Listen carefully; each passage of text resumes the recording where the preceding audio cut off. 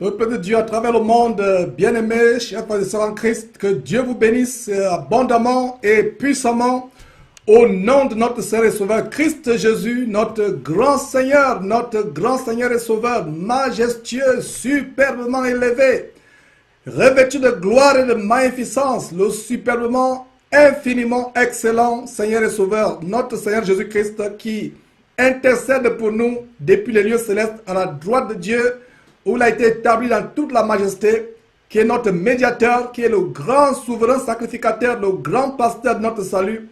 C'est par lui et lui seul que nous vous souhaitons la bienvenue à cette antenne qui porte son nom, à cette plateforme, cette trompette qui porte son nom, Jésus-Christ TV. Vous êtes les bienvenus en ce grand jour du samedi 30 janvier de l'an de grâce 2016 pour ce grand banquet de la parole de Dieu, merveilleuse et inégalable, ce grand thème que nous avons prévu, à savoir comment cultiver, développer l'amour de Dieu, l'amour de sa parole, sur la base de ce grand psaume, psaume chapitre 19. Donc, c'est une étude biblique aujourd'hui. Mes frères et sœurs, c'est le genre d'émission pour les amoureux de la parole, pour ceux qui viennent sur Jésus-Christ TV, non pour entendre les scoops, non pour entendre les séquences du tour du monde, mais pour étudier, pour s'abreuver de la parole de Dieu, cette source de vivre. Parce que le prophète Jérémie disait en Jérémie 2,13 que le peuple de Dieu avait commis un double péché. Il avait abandonné Dieu qui est une source d'eau vive pour se creuser des citernes crevassées qui ne retiennent pas de l'eau. Et c'est exactement ce que nous faisons dans cette fin de temps. Ramener les gens à la parole de Dieu, les exhorter, les encourager à abandonner les sources d'eau empoisonnées, infectes, frelatées, et de revenir à la source d'eau vive qui est la parole de Dieu et rien que quoi? Et rien que la parole. Donc, bienvenue à ce grand banquet. Nous allons commencer par un mot de prière. Mes sœurs, vous savez ce que je vais vous annoncer. Comme je n'ai eu de cesse de vous avertir, je le dis à chaque émission, afin de ne pas voir le sang d'une sœur ou d'un frère sur ma tête. Alors, sœurs, chaque fois que vous priez, nous vous en supplions sur la base de 1 Corinthiens chapitre 11, voilez-vous la tête parce que c'est une chose désagréable à Dieu pour une femme de prier la tête non voilée. De même les hommes, si vous avez quelque chose qui couvre votre tête, un képi, une casquette, décoiffez-vous, enlevez tout ce qui est sur votre tête parce que c'est aussi quelque chose de désagréable, d'abominable aux yeux de Dieu, un homme qui prie la tête non voilée. Donc, qui prie la tête voilée, donc décoiffez-vous hommes, voilez-vous femmes, sœurs, et nous allons donc commencer à lever ces moments à Dieu, parce que quoi que ce soit que nous faisons en pensée ou en parole, la parole de Dieu recommande de faire tout au nom du Seigneur Jésus-Christ, en rendant par lui des actions de grâce à son Dieu et le nôtre, le Dieu Tout-Puissant, Père de notre Seigneur Jésus-Christ et notre Père. Éternel Dieu, nous te remercions, nous te rendons grâce pour ce grand jour, pour tout ce que tu as fait pour nous, de ce que tu as pourvu à nous, le vouloir et le faire, le courage, la force, afin de venir encore proclamer la parole merveilleuse et inégalable. Nous te remercions, nous te rendons grâce, parce que Dieu, tu es un Dieu infiniment grand. Seigneur, sois remercié, sois honoré, sois exalté, toi qui règnes d'éternité en éternité, toi qui es assis au milieu d'une lumière inaccessible, revêtu de gloire, toi dont le trône est élevé au-dessus des cieux les plus élevés, reçois notre reconnaissance, notre gratitude pour le souffle de vie que tu nous as conservé encore aujourd'hui. Et ce n'est pas en vain que nous avons ce souffle de vie, c'est pour proclamer l'infinie grandeur de ta puissance, l'infinie grandeur de ta parole et les merveilles qui y sont attachées. Seigneur, rends disponible cet enseignement que tu as mis dans mon cœur, cette grande étude de ce grand psaume, le psaume 119. Seigneur, nous te remercions, nous te rendons grâce pour toutes choses. Merci donc pour toutes les connexions, toutes les installations. Merci pour tous les enfants, tes enfants à travers le monde qui vont recevoir cette parole. Seigneur, ouvre nos oreilles d'entendement afin que nous comprenions cette parole pour qu'elle touche véritablement notre cœur, afin qu'elle puisse être comme une graine qui a été jetée sur une terre fertile, afin que cette parole porte des fruits pour plus tard, pour notre vie éternelle. Seigneur, merci donc de ce que tu enveloppes ce studio dans ta haie de protection. Merci infiniment pour toutes choses. Au nom de Jésus que nous avons prié. Amen. Voilà mes frères, nous allons commencer cette émission. Mais avant de la commencer, nous allons... il n'y a pas le tour du monde aujourd'hui, comme je vous l'annonçais. C'est le genre d'émission où nous allons savoir qui véritablement est amoureux de la parole de Dieu. Samedi passé, quand nous exposions cette abomination du voyage astral, de la sortie du corps, avec ces doctrines démoniaques telles que le bouddhisme qu'enseigne Yonggi-sho, nos serveurs étaient pleins. Et il y avait, le trafic était tel qu'on n'avait jamais expérimenté depuis Jésus-Christ TV.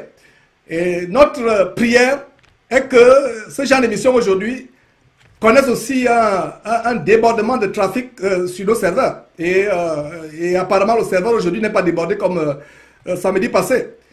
Parce que si nous enseignons la parole de Dieu, c'est que les gens viennent véritablement au Seigneur Jésus-Christ.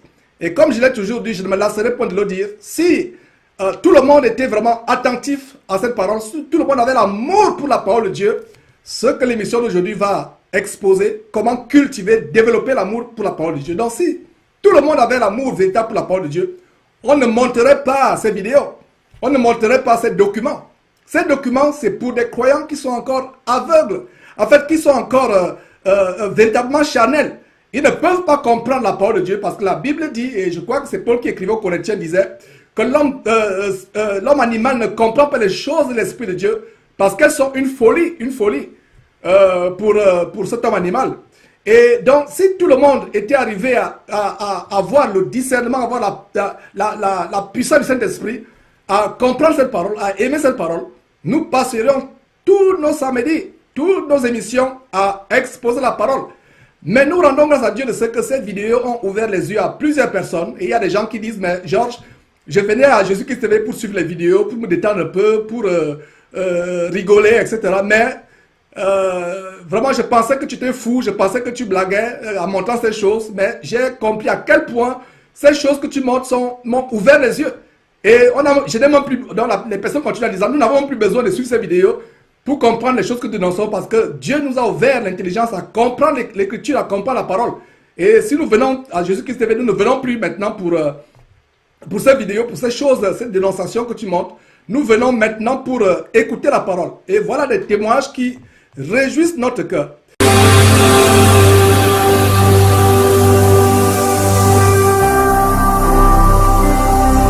Jésus-Christ TV, vous connaîtrez la vérité et la vérité vous affranchira. Voilà mes frères, bienvenue de retour sur Jésus-Christ TV. Nous nous prêtons à nous attabler. Enfin, nous sommes déjà tablés et je pense que vous aussi vous êtes attablés pour ce grand banquet de la parole de Dieu merveilleuse et inégalable. Cette parole qui donne la vie, cette parole qui est une lumière à nos pieds, une lampe sur nos sentiers. Et c'est exactement cela, je viens de citer Somme chapitre 119, verset 105, ce chapitre qui est l'objet de ce thème aujourd'hui. Comment cultiver et développer l'amour véritable pour la parole de Dieu. Et apprêtez-vous à ce grand banquet, ayez vos Bibles déjà prêtes, mes frères et sœurs, stylo, bic, crayon, et peu importe, feutre, bloc-notes, pas de feuilles. Les feuilles peuvent s'envoler, mes frères et sœurs. Donc, ayez tout, mes frères, ayez tout et tout. Et donc, on va commencer ce grand banquet de la parole de Dieu. La parole de Dieu, la parole de Dieu merveilleuse et inégalable.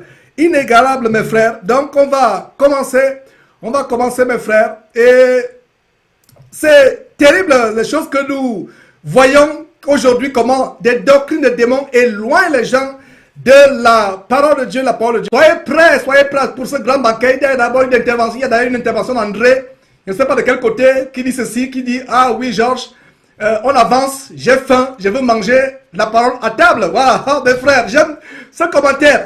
Et vraiment André, tu ne penses pas si bien le dire. Vous allez bien manger aujourd'hui. J'ai dit vous, nous allons. Ha, comme si moi je ne vais pas manger. Moi aussi je vais manger, mes frères et sœurs.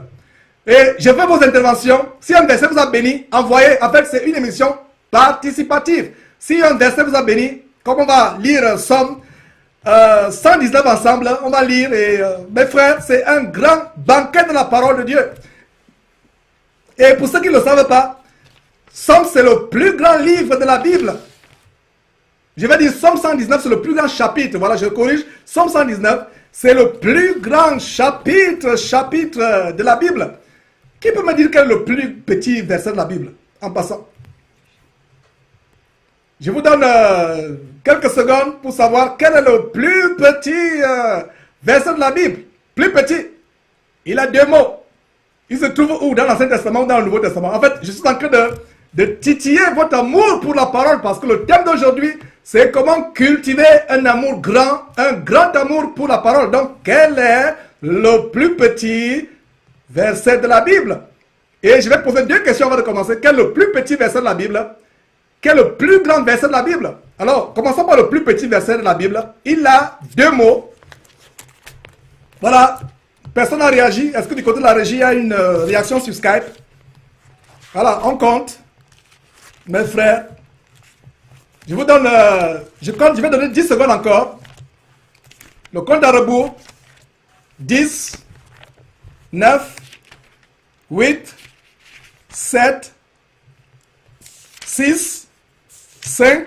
Il n'y a toujours pas de réaction. 4, 3, je ne compte même pas les secondes exactement, pour vous donner l'amour. 3, 2, 0, j'ai sauté 0, j'ai sauté 1. Ouais, donc 1, voilà mes frères, le plus petit verset de la Bible, c'est tout simplement Jean chapitre 11, verset 35 avec deux mots, Jésus pleura, point. Voilà. Jean chapitre 11, verset 35. Jésus pleura, point. Mes frères, Jean chapitre 11, verset 35. Jésus pleura, point. Voilà. Et il y a une autre Bible qui dit, et il pleura. Voilà. Quelqu'un a réagi. Voilà. Mireille. Oh, bravo Mireille. Du côté de quel pays? De quelle ville? Voilà. Moi, lui, second dit, Jésus pleura. Il y a Mireille qui a une version qui dit « Et Jésus pleura ». Donc, dans 8 secondes, c'est 2 versets, c'est 2 mots. Voilà, donc, on commence par là. L'amour pour la parole de Dieu. Et vraiment, nous développons l'amour pour la parole. Et voilà. Donc, c'est vraiment merveilleux, des choses que nous sommes en train de partager. Maintenant, quel est le plus grand verset de la Bible? Je vous donne quelques secondes encore. Et en passant, je vais vous dire que la parole de Dieu originalement était un bloc. La parole de Dieu, c'était un seul livre, la Bible. Donc, le plus grand verset de la Bible et le plus petit verset. On a vu le plus petit. Et en passant, pendant que vous cherchez quel est le plus petit, quel est le plus grand verset, on a déjà vu trouver quel est le plus petit. Maintenant, quel est le plus grand verset de la Bible en termes de mots, en termes de caractère, en termes de longueur? Et je vais vous le donner, si vous ne le trouvez pas, mais si quelqu'un trouve un verset, si quelqu'un dit Georges, donc tu t'es trompé, donnez quelque chose. Nous sommes ici pour apprendre. Nous ne sommes pas ici pour montrer que tel connaît la Bible plus que tel connaît. Non. Nous sommes ici pour apprendre. Je peux me tromper, c'est ok. Vous pouvez vous tromper, c'est ok. Non, nous ne sommes pas comme certains gourous qui vous enseignent la Bible comme s'ils connaissaient toute la Bible. Nous ne connaissons qu'en partie. Je peux me tromper, il n'y a pas de problème. Vous pouvez aussi vous tromper, il n'y a pas de problème. Donc nous sommes ici, pas pour montrer qu'on connaît plus que tel ou tel. Non, pour apprendre avec humilité, n'ayant pas une haute opinion de nous-mêmes. Laissons même les autres avoir une haute opinion d'eux-mêmes. Ce qui n'est pas biblique, mais nous-mêmes, nous ne élevons pas. Donc, et comme je vous le disais, mes frères, la Bible, originellement parlant, c'était un bloc. Il n'y avait pas une division en chapitres et versets. Donc, c'était difficile de fouiller. Et vous pouvez donc voir comment, quand le Seigneur Jésus-Christ est entré au temple, il a déroulé. Il dit que c'est le rouleau, il a déroulé. C'était un rouleau. La parole de Dieu, originellement, c'était un rouleau. Et c'était difficile de trouver un verset. Aujourd'hui, nous avons les divisions en chapitres et versets. Oh là là, quelqu'un a trouvé. Quelqu'un, oh là là, voilà. Bonjour, frère Georges. Le plus long verset, c'est Esther chapitre 8, verset 9. Voilà, pendant que nous restons sur Uric Ponou, je vais lire cela pendant que nous restons sur Uric Ponou. Donc, Esaïe, non pas Esaïe, Esther, bon voilà, Esther, bingo, Esther. Le livre d'Esther, c'est la vérité. C'est la réponse. Donc, nous voyons ceci. Lisons ensemble. Esther, chapitre 8, verset 9. Les secrétaires du roi furent appelés en ce temps.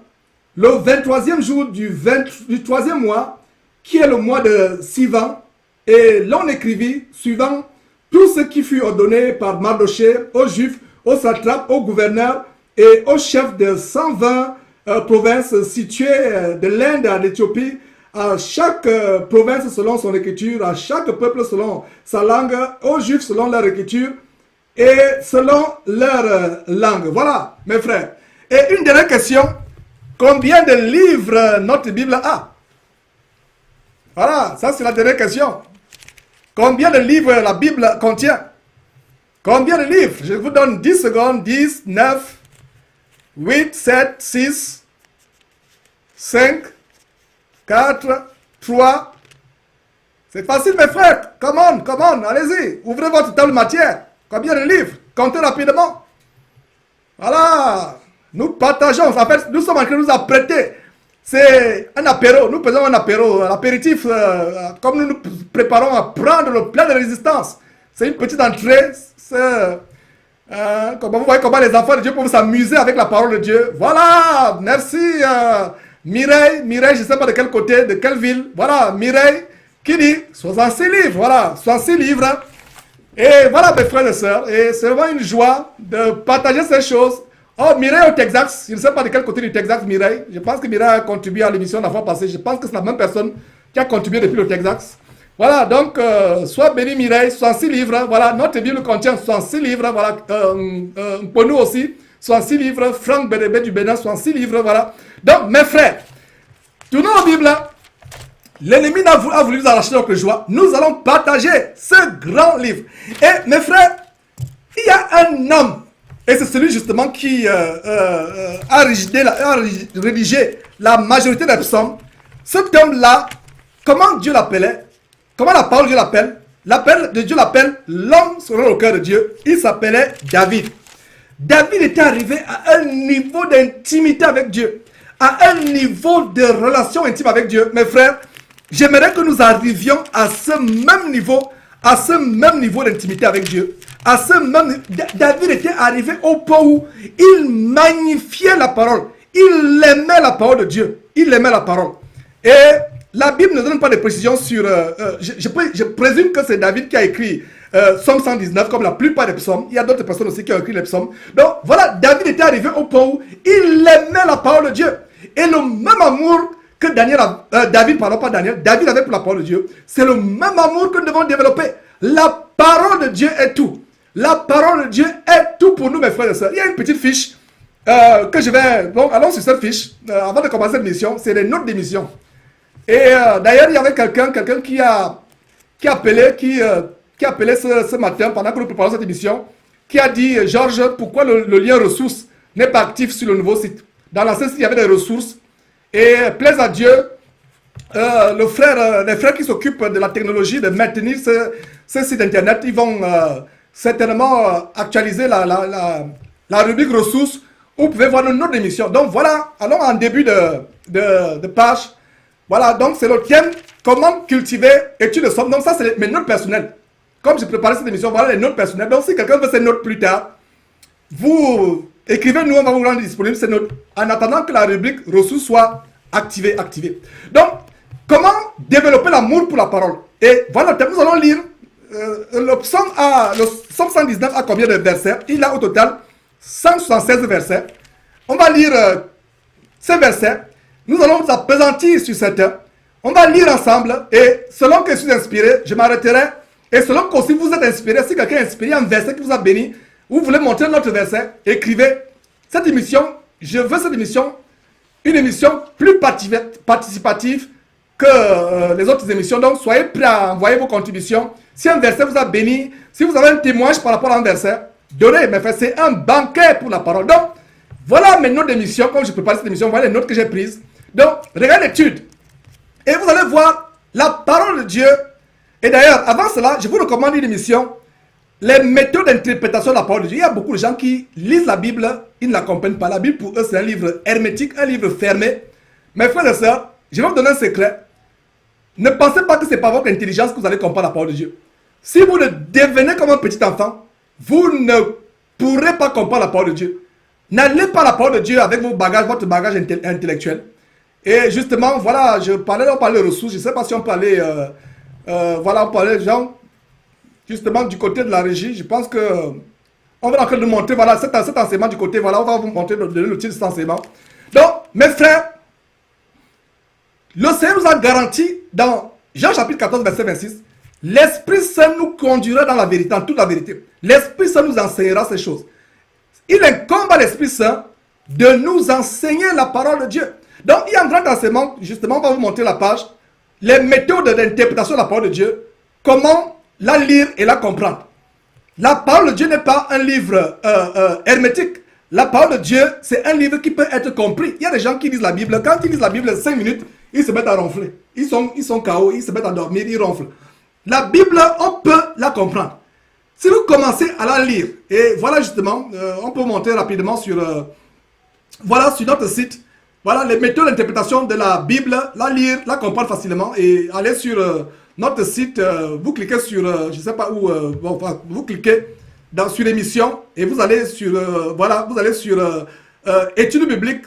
Voilà par exemple, les gens qui disent qu'on ne passe le temps qu'à critiquer, qu'on n'enseigne pas, mais voilà mes frères, il y a tellement d'enseignements. Donc les méthodes d'interprétation de la parole de Dieu, et avant de comprendre, pour bien, en fait c'est un complément. L'émission d'aujourd'hui est un complément à cette émission qui est sur votre écran. Donc l'émission que nous sommes en train de faire actuellement aujourd'hui, en ce grand jour, vous êtes en direct, pour ceux qui viennent de se joindre, vous êtes en direct en ce grand jour du samedi 30 janvier de l'an de grâce 2016, en train de partager ce grand banquet autour du livre de Psaume, plus précisément le Psaume 119. Donc voilà, voilà un bon complément. Allez lire cela. Ne manquez pas de vous abonner à notre chaîne YouTube Jésus-Christ TV, en cliquant sur le bouton s'abonner, juste au bas de la fenêtre de cette vidéo. Ainsi, vous recevrez automatiquement nos nouvelles vidéos, et vous ne raterez aucune. Vous connaîtrez la vérité, et la vérité vous affranchira. Jean 8, 32. Donc, je reviens mes frères en disant que le roi David était un grand roi. Il aimait tellement Dieu. Il avait l'amour pour Dieu. Il aimait Dieu de tout son cœur. Donc, retournons sur notre fiche d'émission pour vous montrer très brièvement les choses que nous allons partager dans c'est une introduction. Voilà. Donc, dans la parole de Dieu, nous avons des mots qui sont interchangeables. Loi, parole, précepte, ordonnance, statut, commandement, sentence. Tout cela, ces mots, vous allez les voir, comme on va lire, ces mots seront de manière répétitive au travers, tout au long des 176 versets qui constituent le livre de Psaume. Donc, regardez loi. Loi, le mot la loi de Dieu, qui est aussi la parole de Dieu, qui est aussi le commandement de Dieu. Le mot loi apparaît 35 fois. Et j'ai mis les versets où le mot loi apparaît. Verset 1, verset 7, verset 18, on ne peut pas tout lire pour gagner le temps. Donc, montons doucement. Donc, il y a la loi, il y a les préceptes. Le mot précepte apparaît 23 fois dans ce Psaume 119, 23 fois. Il y a ordonnance. Le mot ordonnance apparaît 21 fois. Vous voyez les versets, entre parenthèses, c'est les versets où cela apparaît. Donc, statut apparaît 22 fois. Et vous voyez les versets 5, 8, 12, 16, etc. où le mot statut apparaît. Le mot commandement apparaît 22 fois. Vous voyez 6, 10, voilà.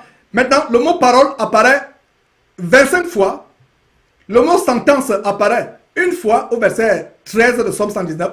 Le mot promesse, les promesses de Dieu, le mot promesse apparaît 16 fois. Et maintenant, le mot enseigne.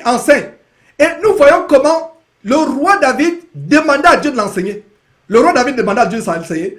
Et enseigne. Il dit, enseigne, le verset 102, nous sommes au Psaume 119. Donc le verset 102, le roi David demande au Seigneur de l'enseigner. Et qu'est-ce qu'il dit au Psaume 102 exactement? Il dit quoi? Il dit au Psaume 102, voici ceci, il dit, que tes paroles soient douces à mon palais. Voilà, je ne m'écarte pas de tes lois, car c'est toi qui m'enseignes. Et regardez comment David, une fois au verset 66, demande à Dieu de lui enseigner le bon sens. C'est la même chose que nous devons demander à nos prières, que Seigneur, je me comporte comme un fou, je me comporte comme un insensé, enseigne-moi le bon sens. Une fois, verset 66, David demande à Dieu de lui enseigner le bon sens. Maintenant, enseigne-moi tes statuts. 6 fois, verset 12, verset 26, verset 33, verset 64, verset...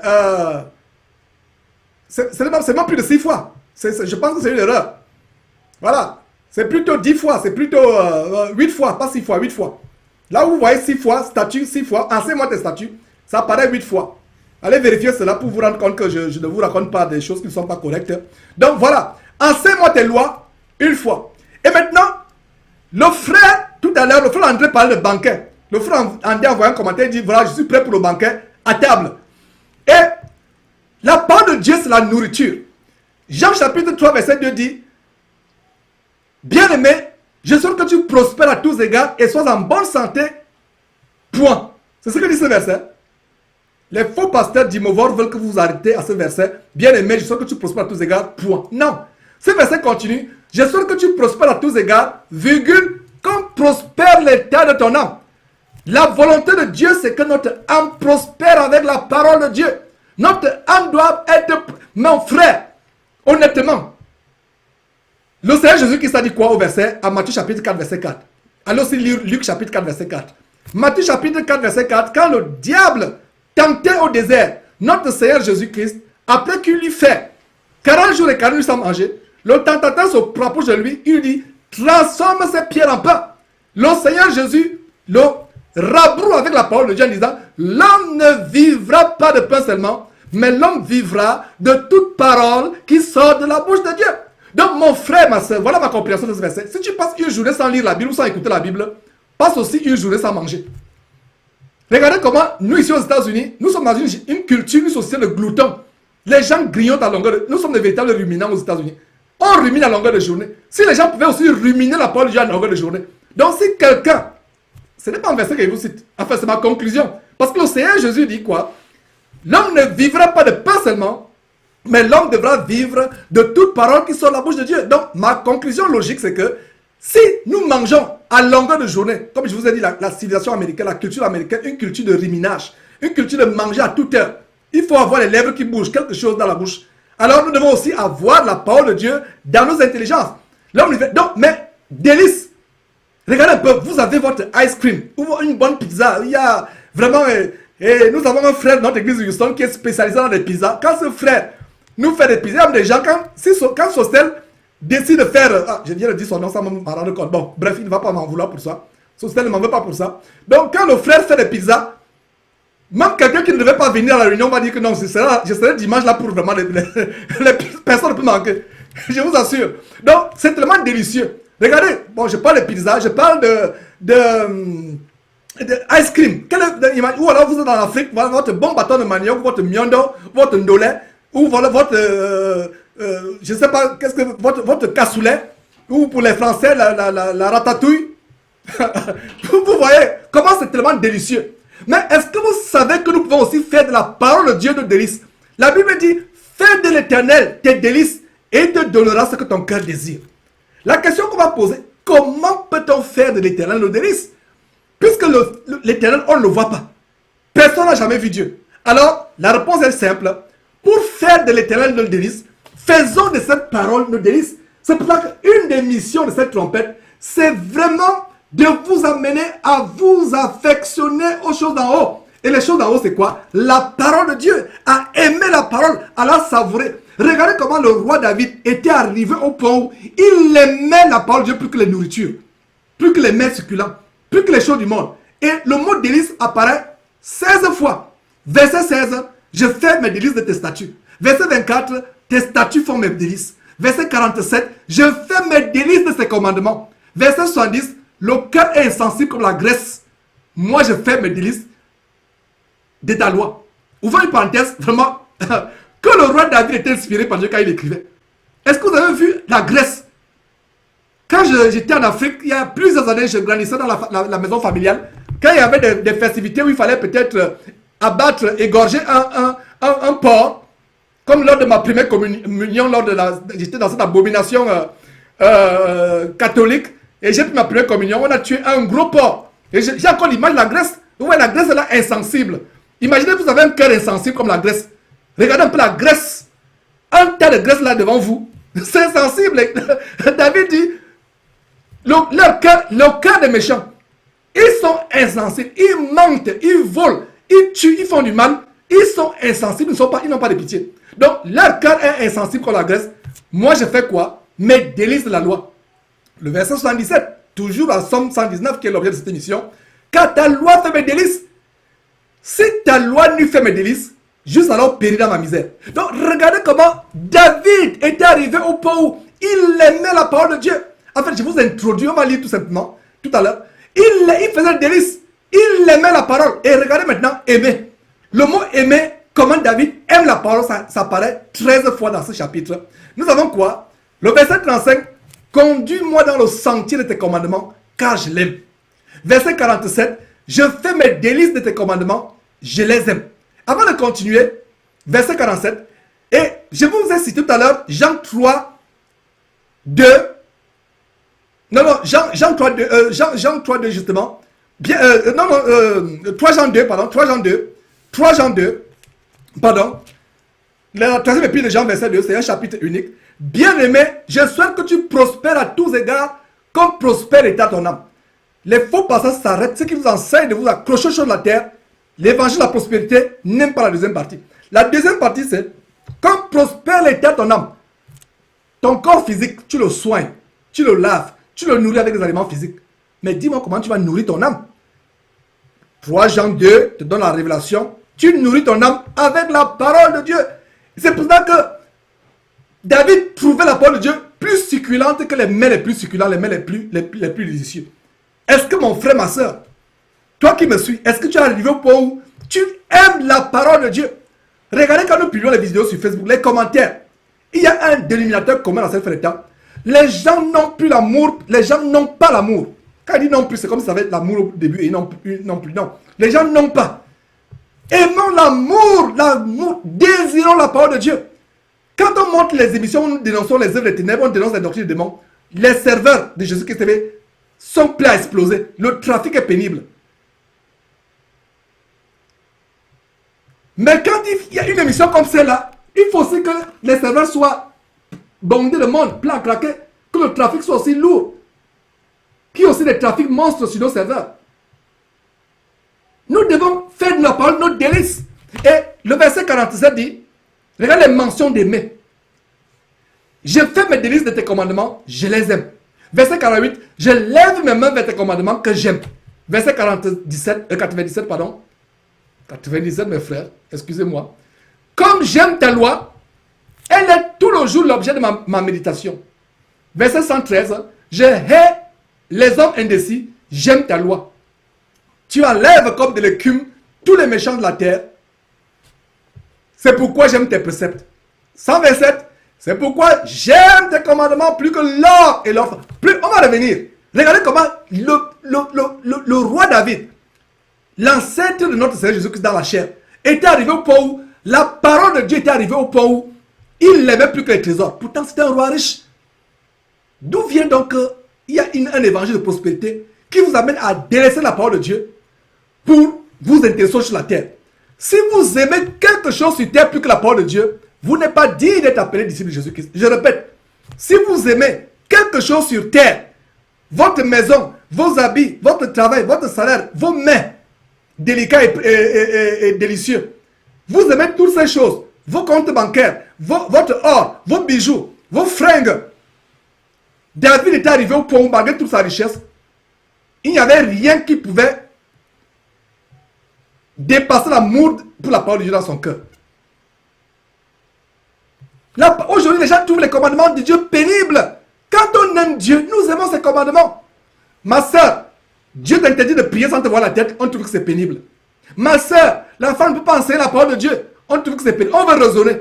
Et l'une des caractéristiques du manque d'amour à l'égard de la parole de Dieu, à l'égard des commandements de Dieu, à l'égard des statuts, des préceptes, des ordonnances, de la loi de Dieu, l'une des manifestations, mes frères, mes sœurs, c'est que nous voulons raisonner contre la parole de Dieu. Alors que dit l'épître de Jacques? Ne vous bornez pas à écouter la parole de Dieu, mettez-la en pratique. Ne vous bornez pas à l'écouter en vous trompant vous-même par les faux raisonnements. Aujourd'hui, on veut raisonner. Ma soeur, ne t'habille pas comme un homme Mon frère, t'habilles pas comme une femme. Mon frère, ne laisse pas pousser les cheveux pour ressembler à un homme efféminé. C'est là contre la parole de Dieu. On veut raisonner. L'homme ne doit pas se marier avec un homme. La femme ne doit pas sortir, aller sexuellement avec une autre femme. On dit frère, l'essentiel c'est qu'ils s'aiment. On veut raisonner avec la parole de Dieu. Quand on a l'amour, l'une des manifestations, frères, sœurs, de l'amour pour la parole de Dieu, c'est qu'elle ne raisonne pas. Dieu a écrit, c'est noir sur blanc, comme vous voyez sur votre écran ou dans votre Bible. Acceptez. Ça peut être pénible. Dieu dit, divorcer et se remarier, c'est l'adultère. Ou alors, vous épousez une femme divorcée, vous épousez un homme divorcé, alors que leurs conjoints sont encore vivants. Vous épousez un homme divorcé du vivant de sa femme, c'est l'adultère. Vous épousez une femme divorcée du vivant de son mari, c'est l'adultère. Vous êtes divorcé, vous remariez, c'est l'adultère. Les gens trouvent ça pénible. Matthieu chapitre 10, verset 8. Vous avez reçu gratuitement, donné gratuitement. Ne vendez pas les choses de Dieu. Ne vendez pas l'évangile. On commence à raisonner. Mais comment on va faire pour imprimer ces livres? Comment Dieu t'a envoyé imprimer les livres? Le Dieu qui a établi cette trompette pourvoira à ses besoins. On n'a pas besoin de vendre les vidéos. On n'a pas besoin de faire en sorte qu'avant qu'un homme de Dieu passe sur Jésus-Christ TV, on lui demande de payer les émissions. On lui demande de payer un bouquet. On veut raisonner. L'une des manifestations de l'amour de la parole de Dieu, c'est l'absence de raisonnement. Quand vous aimez la parole de Dieu, vous obéissez aveuglement. Les gens disent dans le monde, l'amour aveugle. L'amour du monde n'est pas aveugle. Le véritable amour qui aveugle, c'est l'amour pour la parole de Dieu. Voilà l'amour qui aveugle, mes frères. Dieu te dit, obéis, obéis. Les préceptes de Dieu, les lois de Dieu, les statuts de Dieu, les commandements de Dieu, les ordonnances de Dieu, la parole de Dieu, et rien que la parole de Dieu doit être l'objet de délices. Nous obéissons. Dieu dit, tu ne mentiras pas, ne mens pas. Dieu dit, femme, sois soumise à ton mari. Mari, aime ta femme. Tu le fais. Tu ne raisonnes pas. Mon frère, ma soeur, cessons de raisonner contre le Créateur Dieu qui a établi sa parole. Donc David, et vous comprenez aujourd'hui pourquoi Dieu pouvait appeler David son ami, et que quand on pense à David comme étant l'homme selon le cœur de Dieu. Mon message aujourd'hui se résume à une seule phrase. Cette émission aujourd'hui tourne à une seule phrase. Arrivons au point où vous et moi, nous devenons l'homme ou la femme, selon que vous êtes homme ou femme. Nous devenons l'homme ou la femme selon le cœur de Dieu. Et pour être selon le cœur de Dieu, même si le commandement fait mal, ne t'attaque pas à Georges qui donne le commandement ou à notre prédicateur. Va à Dieu, tu dis, Seigneur, c'est mal. Mais comme je t'aime, je vais appliquer. Mais tu sais, je n'ai pas la force pour appliquer. J'ai épousé une femme qui est divorcée. C'est difficile pour moi de me séparer. Mais derrière, Seigneur, donne-moi la force. Donne-moi la force de m'en séparer. Donne-moi la force de m'en séparer. Je ne peux pas m'empêcher de me masturber. C'est difficile pour moi de m'en séparer. Mais Seigneur, j'aime tes commandements. Où tu dis que nous devons traiter notre corps dans l'honnêteté et dans la pureté. Ne pas souiller notre propre corps parce que mon corps est le temple où tu résides. Alors Seigneur, j'aime ta parole. Mais Seigneur, c'est fort. Donne-moi la force. Fais-moi grâce d'accepter ta parole. Et vous serez surpris comment Dieu va vous donner la force. Il y a des péchés, je vous donne mon témoignage. Il y a des péchés que je n'aurais jamais cru capable, humainement parlant, d'abandonner. Je ne me serais jamais cru capable d'abandonner. Abandonner le péché, ce n'est pas par votre propre force. Si vous essayez d'abandonner le péché par votre propre force, vous n'y parviendrez pas. Ça va vous produire tout simplement la déception, l'anxiété, l'inquiétude, la dépression. Parce que vous essayez par vos propres forces. Développons d'abord l'amour. Vous aimez Dieu. Jésus qui disait, si vous m'aimez, gardez mes commandements. La preuve que nous aimons Dieu, c'est que nous faisons quoi? Nous gardons ses commandements. Et ces commandements ne sont pas pénibles. Beaucoup d'entre nous trouvent les commandements de Dieu pénibles. Parce qu'ils n'ont pas encore véritablement développé l'amour pour Dieu et l'amour pour sa parole. Développons l'amour pour Dieu. Développons l'amour pour la parole de Dieu. Aimons Dieu de tout notre cœur. Aimons-le. Soyons radicaux quand il s'agit de la parole de Dieu. Soyons radicaux. Mes frères et sœurs, soyons radicaux quand il s'agit de la parole de Dieu. Développons cet amour pour la parole. Développons cet engouement pour la parole. Développons. Mes frères, cela. Si vous m'aimez, gardez mes commandements. Si vous m'aimez, gardez mes commandements. Donc, allons-y au verset 27, on relit. C'est pourquoi j'aime tes commandements. Plus que l'or et leur fin, verset 132. Tourne vers moi ta face et aie pitié de moi, selon ta coutume à l'égard de ceux qui aiment ton nom. Il y a une coutume que Dieu, il y a une manière d'agir. Il y a une manière par laquelle Dieu agit coutumièrement à l'égard de ceux qui aiment sa parole. Ça nous rappelle quoi? Ça nous rappelle Josué chapitre 1 verset 8. Vous vous rappelez quand le grand serviteur de l'Éternel, le grand prophète Moïse est décédé. Josué a été élevé pour être son remplaçant. Et quelles sont les premières paroles adressées à Josué? Josué chapitre 1 verset 8. Que ce livre de la loi, la parole de Dieu, le commandement, les statuts, les préceptes, que ce livre de la loi ne s'éloigne pas de ta bouche, médite-le jour et nuit pour agir fidèlement selon tout ce qui est écrit, car c'est alors que tu réussiras, c'est alors que tu auras du succès dans toutes les entreprises, c'est alors que tu réussiras.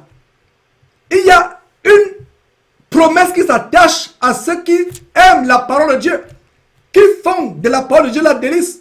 Que ce livre de la loi ne s'éloigne pas de la bouche, médite-le jour et nuit. Et c'est la même chose que nous dit Somme chapitre 1, verset 1 à 3. Somme chapitre 1, verset 1 à 3 nous dit la même chose. Heureux l'homme qui ne marche pas sur le conseil des méchants, qui ne s'assied pas en compagnie des pécheurs, mais qui trouve son plaisir dans la loi de l'Éternel, qui la médite jour et nuit, Cet homme est comme un arbre planté près d'un courant d'eau, qui donne son fruit en sa saison. Tout ce que cet homme fait, lui réussit. Je reprends ce verset. Somme chapitre 1, verset 1 à 3. Heureux l'homme qui ne marche pas sur le conseil des méchants, qui ne s'assied pas en compagnie des moqueurs, mais qui trouve son plaisir dans la loi de l'Éternel, qui la médite jour et nuit. Cet homme est comme un arbre planté près d'un courant d'eau, qui donne son fruit en sa saison, et dont le feuillage ne se flétrit point. Le verset 3 de conclure, tout ce qui fait du réussite. La réussite, le succès, pas selon le monde, mais le succès selon Dieu, sont attachés, réussite et succès, sont attachés à ceux qui sont le partage, sont l'héritage de ceux qui aiment la loi de Dieu, de ceux qui la serrent dans leur cœur. L'apôtre, le roi David pouvait dire, je serre ma parole dans mon cœur afin de ne pas pécher contre toi. Même là, quittez le péché. Quand vous élevez à un niveau où vous prenez la Bible, vous la serrez contre votre cœur. Je ne parle pas de physiquement, je fais ça, c'est physique. Mais ça ne doit pas être physique. Ne commencez pas à mettre, avant de dormir, vous dites, on a vu Georges mettre la Bible sur son cœur serré. Alors, avant de dormir, avant de mettre la couette, le drap sur moi, je pose d'abord la Bible sur mon cœur. Non, c'est spirituel. C'est dans la tête, dans ton intelligence. Tu la lis, tu la gardes. Quand la tentation vient, ton patron t'a demandé à quelle heure tu es arrivé le matin. Alors, comme ton cœur tremble, tu ne sais pas comment, tu dis, non, je vais préméditer un mensonge.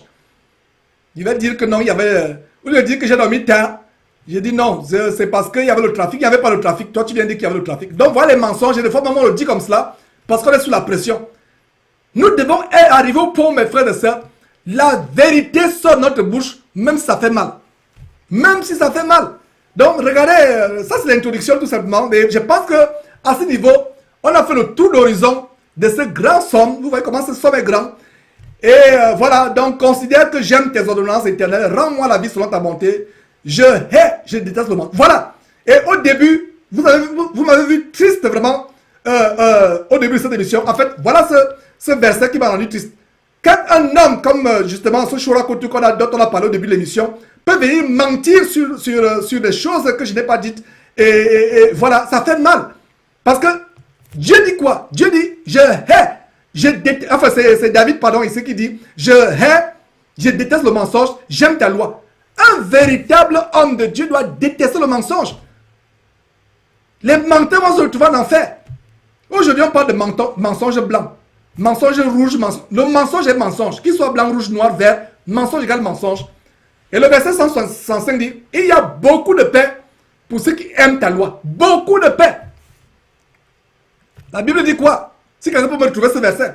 À celui qui est ferme dans tes sentiments, tu assures la paix parce qu'il se confie à toi. Si quelqu'un peut retrouver le verset, je mémorise facilement les versets bibliques. C'est la parole de Dieu, mais j'ai du mal à mémoriser les versets. Parce que, comme je vous ai dit, la Bible originellement n'était pas divisée en chapitres et versets. C'est l'homme, c'est les hommes au fil des siècles qui ont ajouté ces divisions en chapitres et versets. Mais il y a un verset, si quelqu'un peut le trouver. Celui qui est ferme dans ses sentiments, Dieu assure la paix parce qu'il se confie en lui. Quand vous êtes ferme dans la parole de Dieu, Dieu vous protège. Dieu vous donne la paix. Il y a beaucoup de paix. Vous ne pouvez pas avoir la paix si vous êtes en dehors des commandements de Dieu. Vous ne pouvez pas avoir la tranquillité dans votre vie, la paix, le bonheur. Mes frères et sœurs, comme ce grand cantique. Oh, la Bible est livre divin. Si tu veux le vrai bonheur, si tu veux la santé, la guérison, la vraie prospérité, pas la fausse prospérité que les faux pasteurs vous vendent, la solution se trouve dans la Bible. Allez dans la parole de Dieu. Découvrir quelle est la volonté de Dieu. Appliquer cette volonté. 167. Mon âme observe tes préceptes et je les aime beaucoup. Donc voilà, on peut continuer encore quelques détails par rapport à ce survol introductif. Ça, c'est les notes d'émission. Vous voyez, c'est rare que j'enseigne comme ça sur les notes d'émission, mais c'est tellement important. Et vous voyez comment, je pense qu'il y a quelques détails où on montrait comment David aime la parole plus que les choses de la terre, plus que les choses du monde. Je ne sais pas si on a sauté cela. Vraiment, il l'aimait. La parole était à niveau point où il l'aimait plus que les choses de la terre. Non seulement cette parole faisait ses délices, il l'aimait, mais il aimait cette parole plus que tout sur terre. Et nous devons arriver à ce même standard d'aimer la parole de Dieu plus que tout sur terre. Être amoureux pour la parole de Dieu, être passionné pour la parole. Quand vous êtes passionné pour les choses du monde, on trouve que vous êtes fou. Mais quand vous êtes passionné pour, les choses du monde, on trouve que vous n'êtes pas fou. Je corrige. Voilà. Et regardez comment ce serviteur de Dieu, le roi, il aimait la parole de Dieu était meilleure que tous les biens de la terre. Vous pouvez voir qu'est-ce qu'il dit. Verset 36. Incline mon cœur vers tes préceptes et non vers le gain. Aujourd'hui, on cherche le gain. On cherche les profits. On cherche comment emmagasiner, comment remplir nos maisons de richesses. Et bien de fois, les maisons se remplissent de richesses par la fraude, le mensonge, le sang qu'on verse. Par la truanderie, par l'escroquerie, par la fraude, par la corruption. Mais qu'est-ce que David dit au verset 36 de Psaume 119 qui fait l'objet de notre émission aujourd'hui? Incline mon cœur vers tes préceptes et non vers le gain. Regardez le roi, un roi riche. Il arrive au point où il dit non, le gain pour moi, gagner, avoir des revenus, augmenter mon salaire, augmenter mes affaires, mon chiffre d'affaires, mes revenus. Ça, c'est pas important pour moi. Incline mon cœur, non vers le gain, mais vers les préceptes. Verset 37. Détourne mes yeux de la vie des choses vaines. On a fait une émission sur la délivrance de l'esprit du monde. Aujourd'hui, un des esprits malveillants, terrible esprit impur, qui va mener beaucoup de gens en enfer, c'est l'esprit du monde dont on a fait une émission spéciale. On a consacré une émission spéciale comment délivrer l'esprit du monde. Alors, cet esprit du monde fait quoi? Nous amène à combattre les choses du monde. Les yeux, détourne mes yeux de la vue des choses vaines. Et dans 1 Jean chapitre 2 verset 15 à 16, n'aimez pas le monde, ni les choses qui sont dans le monde. Si quelqu'un aime le monde, l'amour de Dieu n'est point à lui. Et l'amour de Dieu consiste en quoi? La convoitise des yeux, la convoitise de la chair, l'organe de la vie. Donc, ça commence par la convoitise des yeux. Vous convoitez. Vous aimez les belles choses. Vous aimez tout ce qui attire, tout ce qui captive la vue. Nous devons arriver au point, mes frères et sœurs, comme David disait, détourne mes yeux de la vue des choses vaines. Quelle femme David ne pouvait pas voir?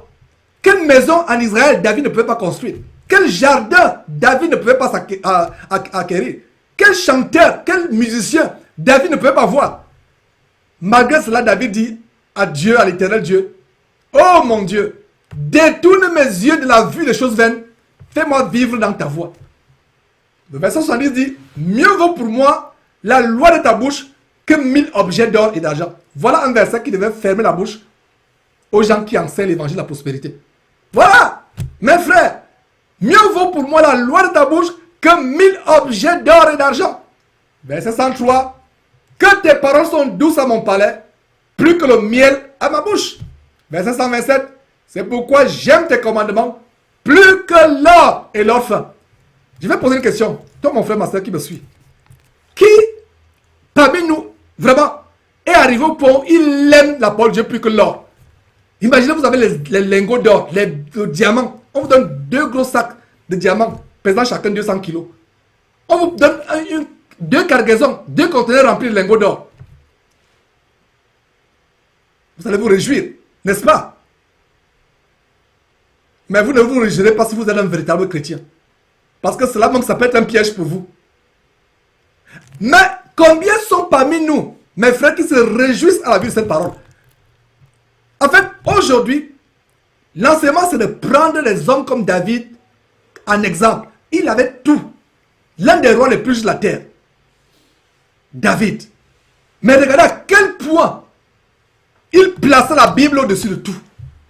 Et notre mission sur Jésus-Christ était derrière cette trompette que le Seigneur a trouvé bon d'établir avec des hommes inutiles comme moi. Et d'autres qui travaillent derrière cette trompette que vous ne connaissez peut-être pas. Des personnes insignifiantes, méprisantes. C'est pour ça qu'on nous méprise. L'une des missions, c'est nous amener à élever la parole de Dieu. Quand on dit parole de Dieu, c'est la Bible. De mettre la parole de Dieu au-dessus de tout. De l'aimer plus que tout. Mon frère, comment tu peux expliquer que tu passes une journée sans méditer la parole de Dieu? Et tu dis que tu es chrétien. Nous devons la savourer tous les jours. Nous devons l'aimer. Nous devons l'écouter. Vivre selon cette parole. Et ne pas nous border à l'écouter. Nous ne ressemblons pas aux démons. Les démons connaissent la parole de Dieu mieux que nous. Hein. C'est pour ça que ces gens qui disent que Dieu m'a parlé à gauche, un démon m'a parlé. Ils disent que les anges de Dieu m'ont parlé alors que c'est les démons. Les démons connaissent la parole de Dieu. Peut-être plus que vous et moi. Mais est-ce qu'ils y croient? Non. Satan, leur chef, était au ciel auprès de Dieu avant qu'il soit jeté par terre. Sur terre, pardon. Allez lire Apocalypse chapitre 12, je crois. Mais, est-ce qu'il y croit? Non. Sinon, il ne serait pas rebellé. Il s'est rebellé. Alors, développons l'amour pour la parole de Dieu. Aimons la parole de Dieu. Verset 162, avant qu'on ne commence la lecture. Je me réjouis de ta parole comme celui qui trouve un grand butin. Imaginez-vous quelqu'un qui trouve les chasseurs.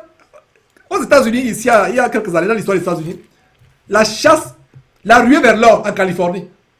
On lisait les bandes dessinées à l'époque, j'étais jeune, on lisait les bandes dessinées.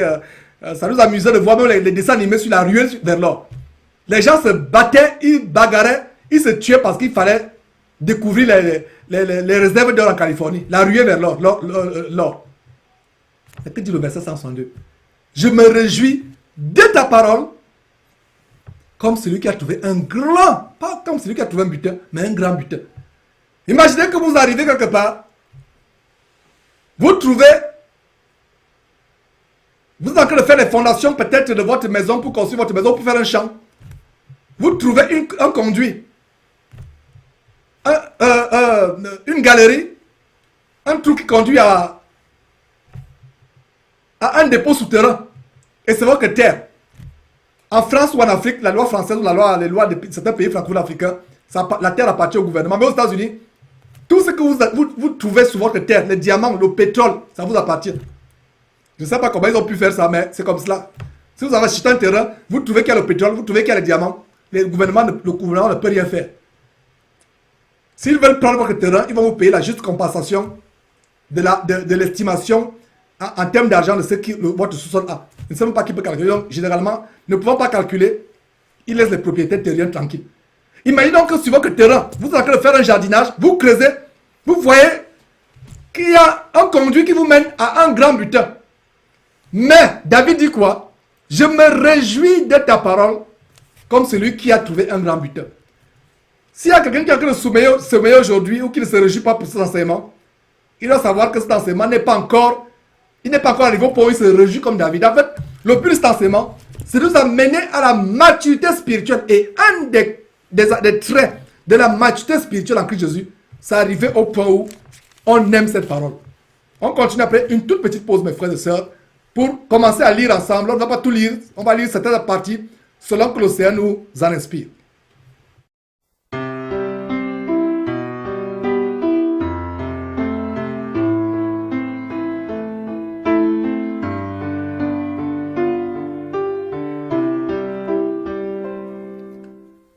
سيدي ربي ما توالي غاين يلا ذيتوني ثاني دخلق ذا زمرتي أكل شغالي شبحنا يلو يصاحا أينك صبغي ذاتي لسوا والي حدي شنو في سمي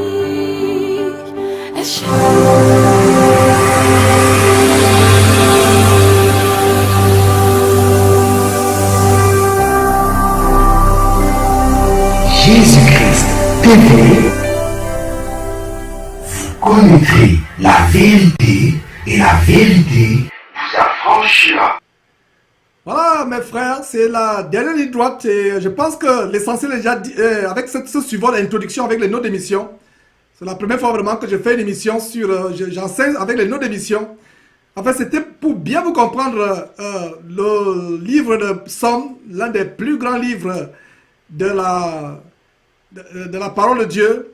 Et d'ailleurs, le plus grand chapitre qui fait l'objet de cette émission aujourd'hui, Psaume 119. Donc, on a fait un suivant l'introductif. Donc, qu'est-ce qu'on va faire?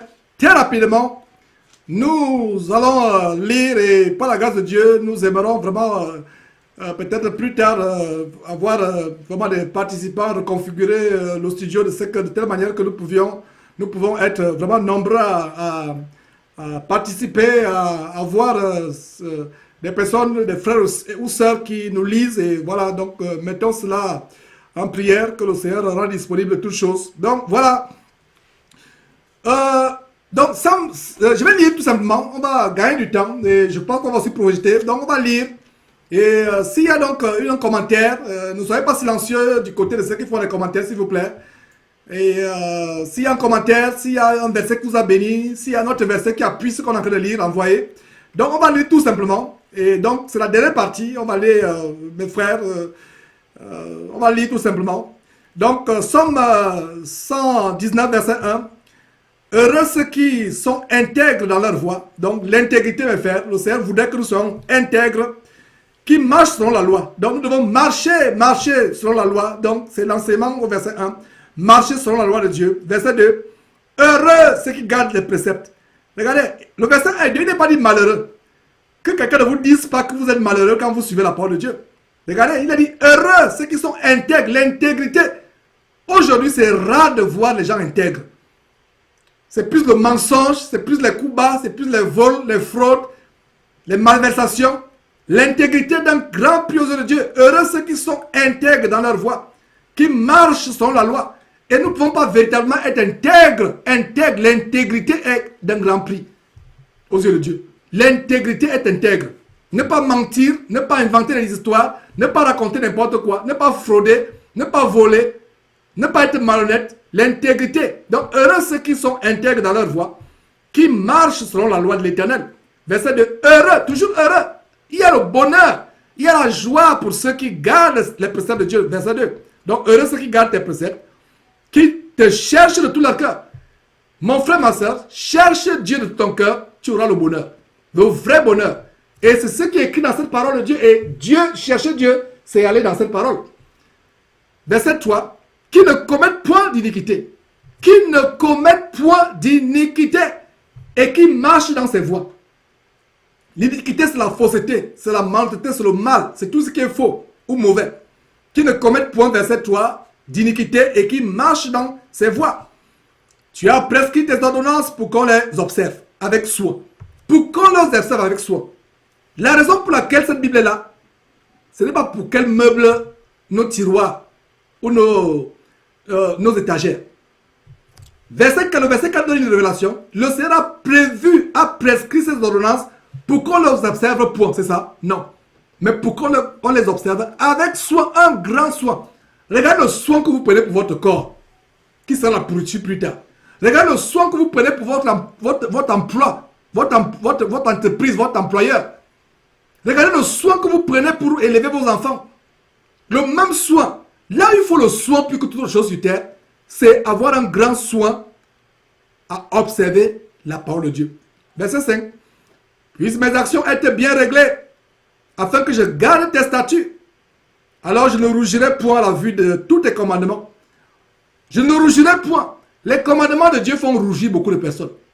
Quand on enseigne un verset qui fait mal, les gens insultent, alors comme ça venait de Georges, alors que ça vient de la parole de Dieu. Beaucoup rougissent.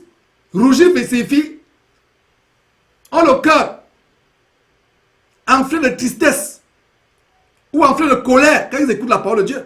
C'est pour ça que David dit quoi?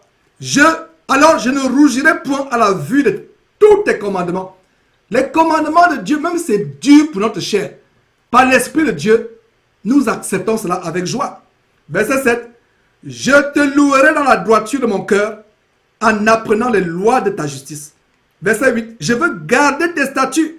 Ne m'abandonne pas entièrement. Nous devons vivre pour garder les statuts de Dieu. Nous devons vivre pour garder la parole de Dieu. Verset 9. Comment le jeune homme rendra-t-il pur son sentier?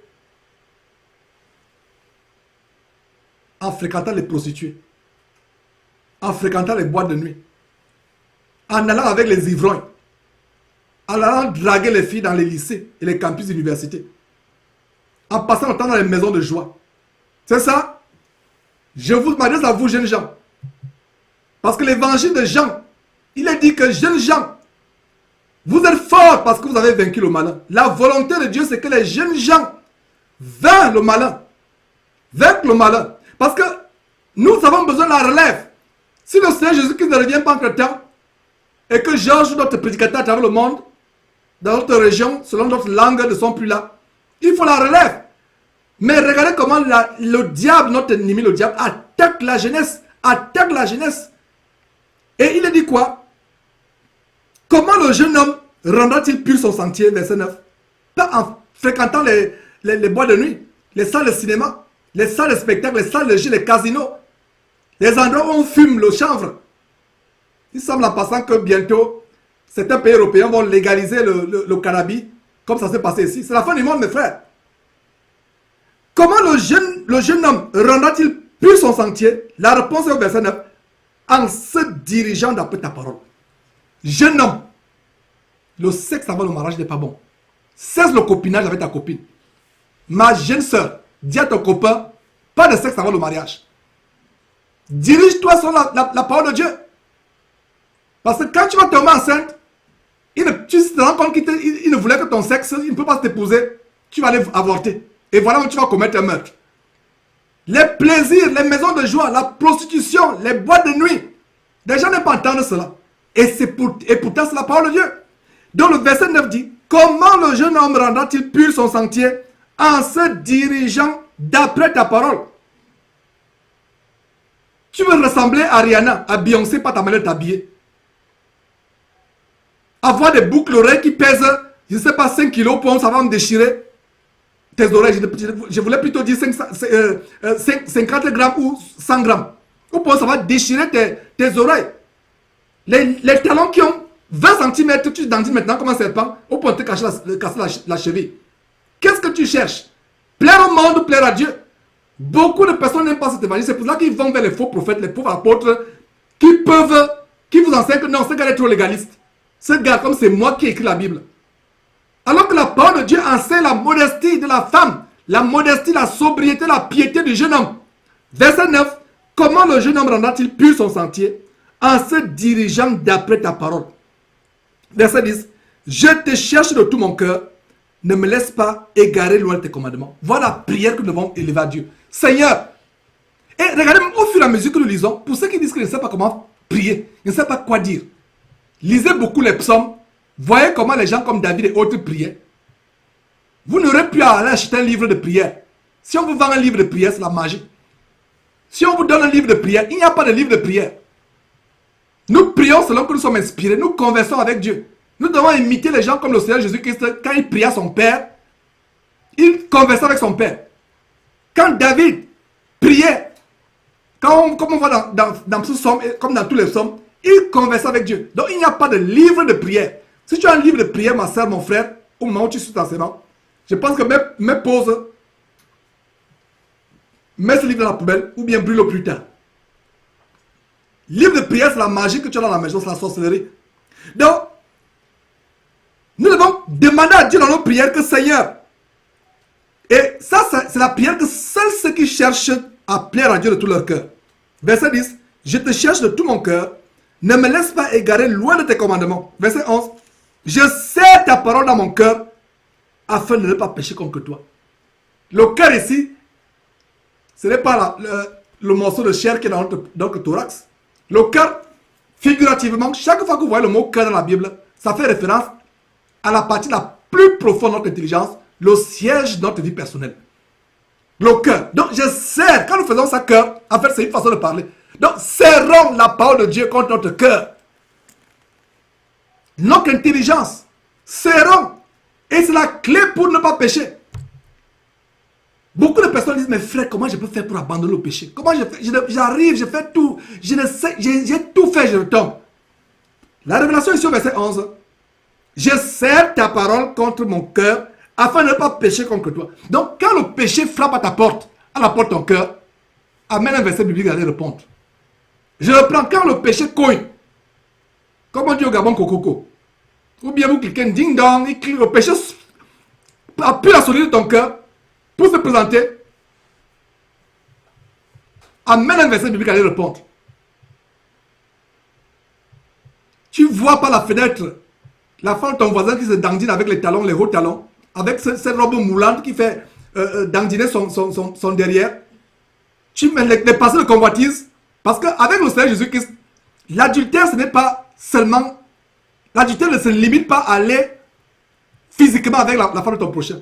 Même si tu as la pensée de convoitise depuis la fenêtre de ta chambre, en train de guetter la femme de ton voisin, qui se dandine, ou cette jeune fille qui habite de l'autre côté de la rue, dès que tu l'as vu, tu as les convoitises, vous avez déjà fait la fornication. Toi et elle. Et si la personne est mariée, tu as déjà fait l'adultère avec la personne dans ton cœur. Alors si tu vois cela, la pensée, ton corps commence à battre la chamade. Envoie la personne. Envoie le verset qui dit, celui qui ira vers la femme de son prochain ne sera pas impuni. Envoie le verset répondre. Le péché va toujours courir à la porte de notre cœur, à la porte de nos intelligences. Mais envoie la parole de Dieu. Et comment tu envoies la parole de Dieu aller répondre au péché? Oui, monsieur, qu'est-ce que vous voulez? Pourquoi vous voulez entrer dans cette intelligence? La Bible dit ceci, la Bible dit cela. Comment vous allez envoyer la parole de Dieu aller répondre au péché si vous ne connaissez pas cette parole? C'est pour ça qu'il a dit, je serre la parole dans mon cœur afin de ne pas pécher contre toi. Vous voyez comment cette parole, c'est vraiment merveilleux. Donc, Somme 12, béni soit Dieu, ô Éternel, enseigne-moi les statuts. On a vu une liste de versets en introduction, comment David demandait au Seigneur de lui enseigner soit les lois, soit les statuts, soit les ordonnances. Et nous avons cette grande promesse en Jean chapitre 14 verset 26, la promesse que le Saint-Esprit devra nous conduire dans toute la vérité. C'est le véritable enseignant, le Saint-Esprit. Verset 13, de mes lèvres, j'énumère toutes les sentences de ma bouche. Je me réjouis en suivant tes préceptes. Je me réjouis en suivant. Nous devons avoir la joie quand nous suivons la parole de Dieu. C'est vrai, mes frères, c'est vrai qu'il y a des enseignements qui font mal. Vous allez sur Jésus-Christ, vous suivez l'enseignement, ça vous fait mal, ça vous afflige. En fait, c'est votre chair qui est en train de briser. C'est votre cœur qui est brisé, qui est transformé. En fait, ça fait mal. Le Seigneur Jésus a dit, si ton bras est pour toi une occasion de chute, coupe-le et jette-le loin de toi. Car il est préférable pour toi que tu entres manchot dans le royaume de Dieu, là où il n'y aura pas de manchot, que d'être jeté entier, intègre avec tous tes deux bras dans le royaume, le royaume des ténèbres, l'enfer. Si ton œil est pour toi une occasion de chute, arrache-le et jette-le loin de toi, parce que l'œil que j'ai arraché peut revenir se recoller. Donc, jette-le loin de toi, car il est préférable pour toi d'entrer borgne dans le royaume de Dieu, où il n'y aura pas de borgne, que de te jeter, en enfer avec tous tes deux yeux. Arracher un œil, ça fait mal, n'est-ce pas? Couper un bras, ça fait mal. Il y a des enseignements qui font mal à la chair. Maintenant, c'est là que nous devons arriver au point où, verset 14, nous nous réjouissons en suivant les préceptes de Dieu, en suivant la parole de Dieu. Donc, verset 14, je me réjouis en suivant tes préceptes, comme si je possédais tous les trésors. Comme si je possédais tous les trésors. De même que Bill Gates, Warren Buffett, les Bettencourt en France, peuvent se réjouir de leurs trésors, nous nous réjouissons de notre parole. Mon frère, ma soeur, même si tu es pauvre, les faux pasteurs vont vous enseigner que vous êtes pauvre, malgré votre parole, que vous n'êtes misérable, ils se moquent de vous. Montrez-leur votre richesse. ça, quand tu meurs, tu n'emportes rien. Les avions, on a montré un faux pasteur qui est décédé dans un avion privé dont il se vantait. Quand il va dans les conférences, il se prend un exemple, il dit voilà, comme j'ai eu mon avion, suivez mon exemple, je vais vous montrer comment vous pouvez avoir vos avions. Mais cet avion, le jour de l'accident, est devenu un tas d'immondices. Sa maison volante s'est transformée en un tas d'immondices. Et c'est une malédiction dans la Bible. On n'a jamais vu un crash, ou quand il y a crash, vous y allez, c'est comme c'était... et le crash est où? L'avion crash dans un dépotoir. Vous pensez que c'est par hasard? L'avion crash où? Sur un tas d'immondices. L'avion lui-même est devenu comme un immondice. Un tas d'immondices. Les trésors de la terre ne sont rien comparés à garder les commandements de Dieu. Verset 15. Je médite tes ordonnances, j'ai tes sentiers sous mes yeux, j'ai fait mes délices de tes statuts, je n'oublie point ta parole. Arrivons au point où nous n'oublions pas la parole de Dieu devant les situations. Quand tu es confronté à une situation où le péché veut avoir du pouvoir sur toi, rappelle-toi de ce que dit l'Écriture. Mais comment vas-tu te rappeler des Écritures si tu ne les connais pas, si tu ne les lis pas? Verset 17, fais du bien à ton serviteur pour que je vive et que j'observe ta parole. Ouvre mes yeux pour que je contemple les merveilles de ta loi. Le verset 19, je suis étranger sur terre, ne me cache pas tes commandements. Même le roi David, malgré sa richesse, malgré sa position de roi, il reconnaissait qu'il était quoi? Il était étranger sur terre et passager sur terre. Donc on vous enseigne l'évangile de mort, accrochez-vous aux choses de la terre, à la boue, à la poussière, au tas de ferraille, comme si vous étiez éternel sur terre. Le verset 20 est profond. Mon désir est brisé par le désir qui toujours la porte vers tel. Vous soupirez. Il y a ce verset qui dit, comme une biche soupire après les courants d'eau fraîche. Imagine une biche qui a couru, qui a traversé toute la forêt, haletante, fatiguée, elle recherche une source d'eau. Elle retrouve finalement cette source d'eau fraîche et s'abreuve. C'est pour ça que le psalmiste disait, comme une biche soupire après des sources d'eau, je soupire après ta parole. C'est merveilleux. Mon âme est brisée par le désir qui toujours la porte vers tes lois. Est-ce que ma soeur, ton âme est brisée par le désir de connaître la parole de Dieu, de la manger tous les jours? Verset 21. Tu menaces les orgueilleux, c'est maudit, qui s'égarent loin de tes commandements. Si c'est Georges qui avait dit ceci, on devait dire que Georges insulte. La parole de Dieu est cruelle. Regardez, l'ancêtre de Jésus qui est dans la chair, et même le Seigneur Jésus qui est plus tard lui-même, quand il disait, parlant d'Hérode, il dit, allez dire à ce renard, Hérode était le roi en Israël à cette époque. Mais le Seigneur Jésus a dit la vérité. Et regardez comment David, l'ancêtre de Jésus selon la chair, il dit quoi? Dieu menace les orgueilleux, c'est maudit. L'autre jeune homme devait dire que David manque d'amour. David insulte les gens. Mes frères et sœurs, quand quelqu'un s'égare des commandements de Dieu, il est maudit. Suivez très bien le verset 21.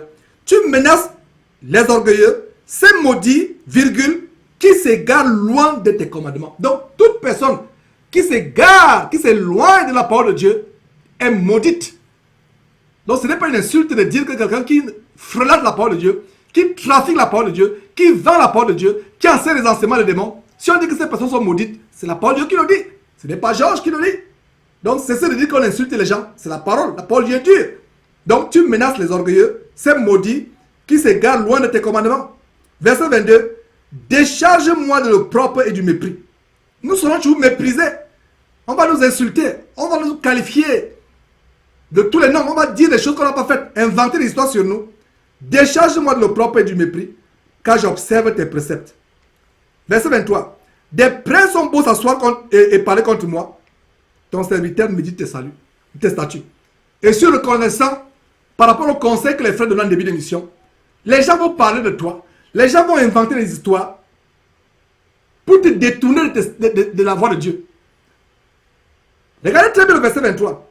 Des princes, et le mot prince, ça signifie des gens qui sont élevés en pouvoir, qui sont financièrement plus assis que vous, qui ont des richesses, qui ont des positions plus confortables que la vôtre. Ils vont s'asseoir pour parler contre vous.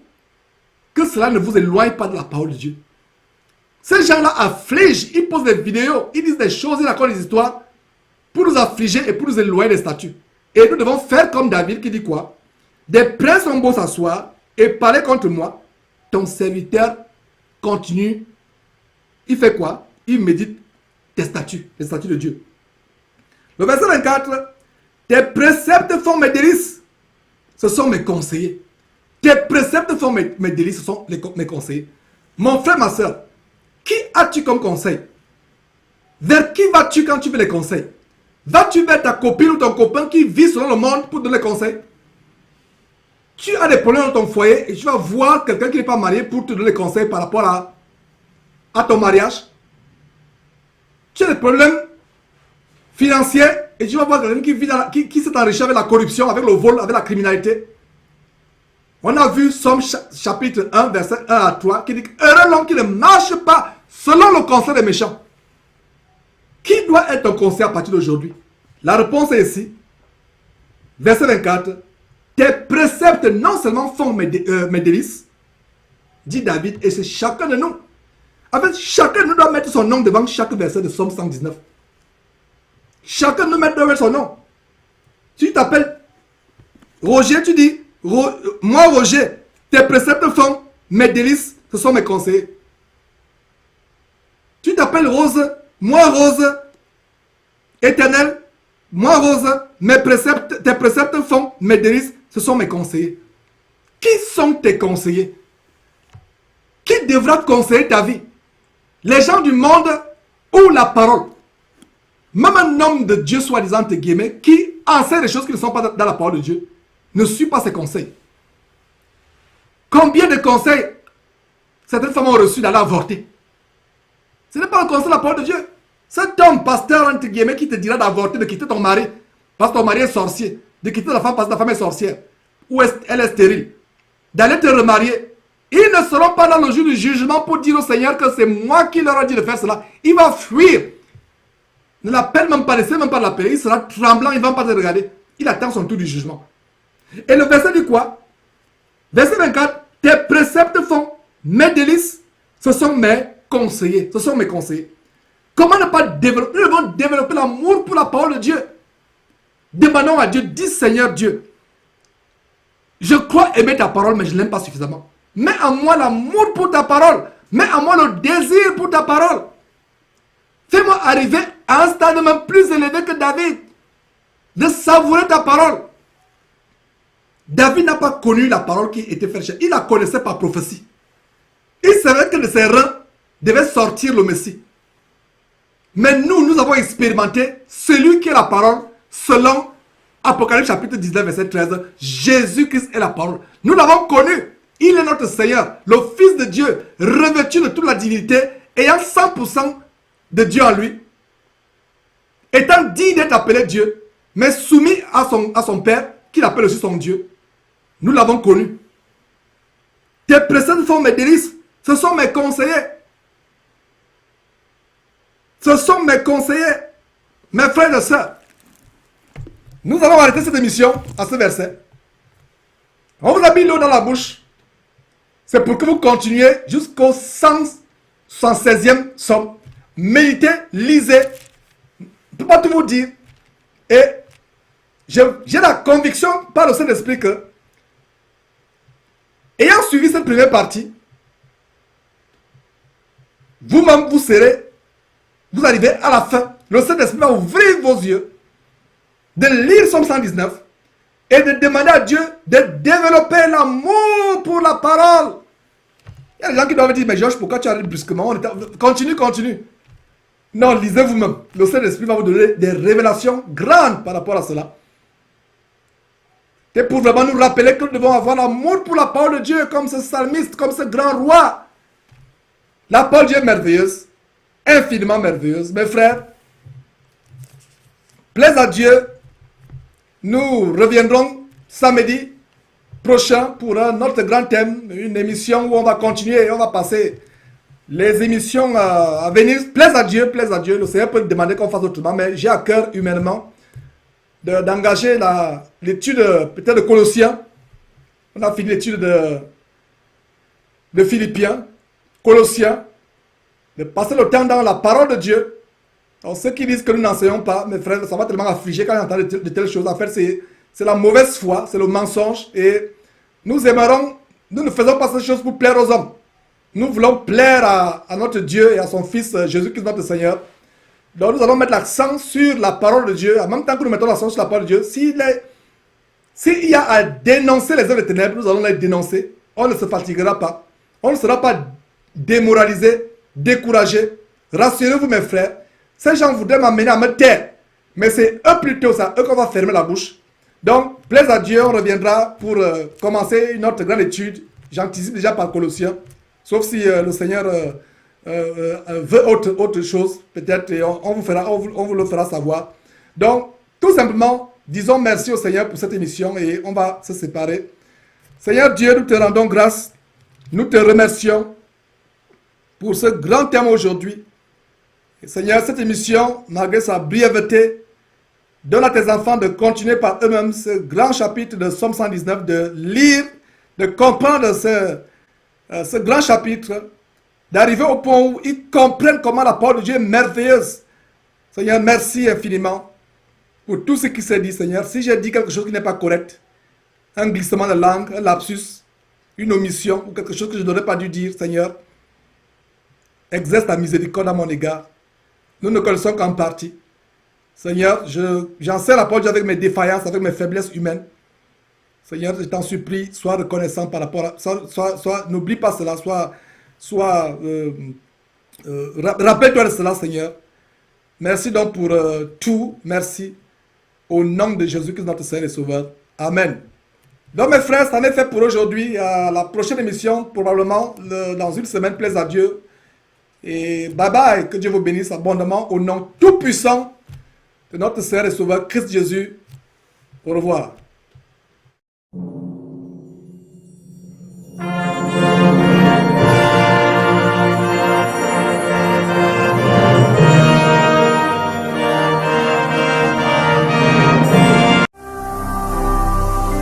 Ne manquez pas de vous abonner à notre chaîne YouTube Jésus-Christ TV, en cliquant sur le bouton s'abonner, juste au bas de la fenêtre de cette vidéo. Ainsi, vous recevrez automatiquement nos nouvelles vidéos, et vous ne raterez aucune. Vous connaîtrez la vérité et la vérité vous affranchira. Jean 8, 32.